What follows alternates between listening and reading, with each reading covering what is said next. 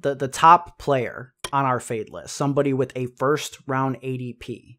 Okay, and this may not come as a surprise to longtime listeners of the podcast, people who know our brand, people who know that we are on team fade expensive tight ends. Travis Kelce going as the tight end one, clear cut, underdog ADP of 7.3, mid first round pick.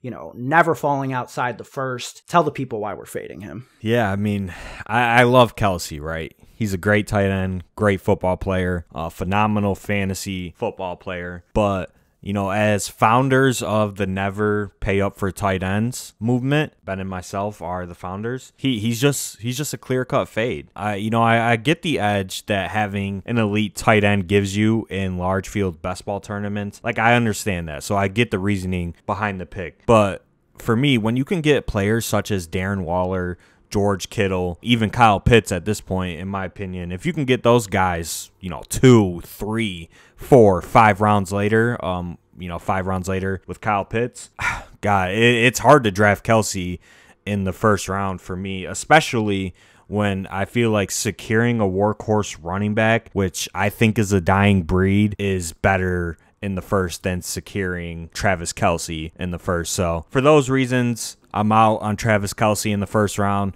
I think Darren Waller, George Kittle, Kyle Pitts are all kind of like the same athletically gifted players in offenses where they will be, either the first or the second target. I'd much rather have those guys than Travis Kelce at their current ADPs. Yeah.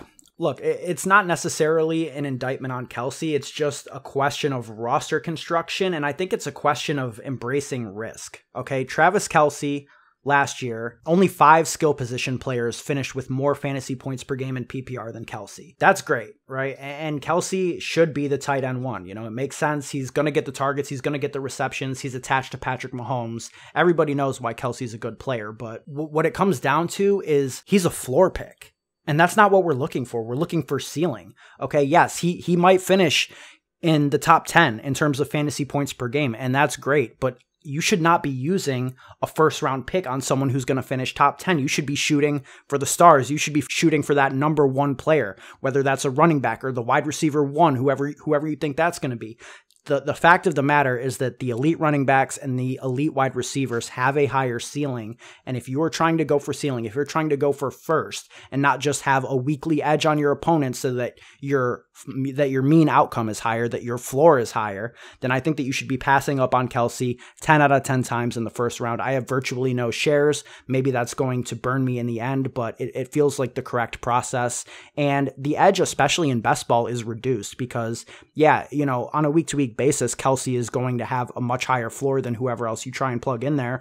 But if you get 3-4 guys and you don't have to worry about starting them, all you need is good variance on your side and good touchdown weeks corresponding between your 3 or 2 tight ends. So to me, I don't know, man.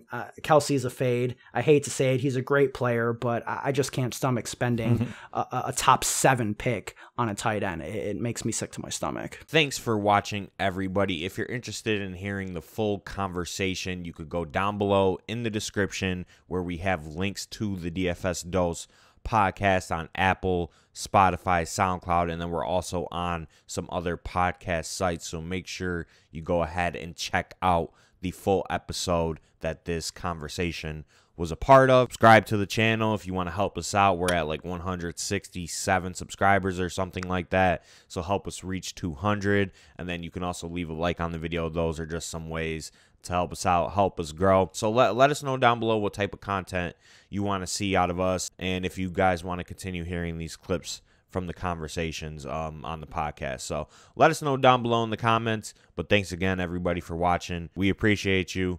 Have a good day. Thank you.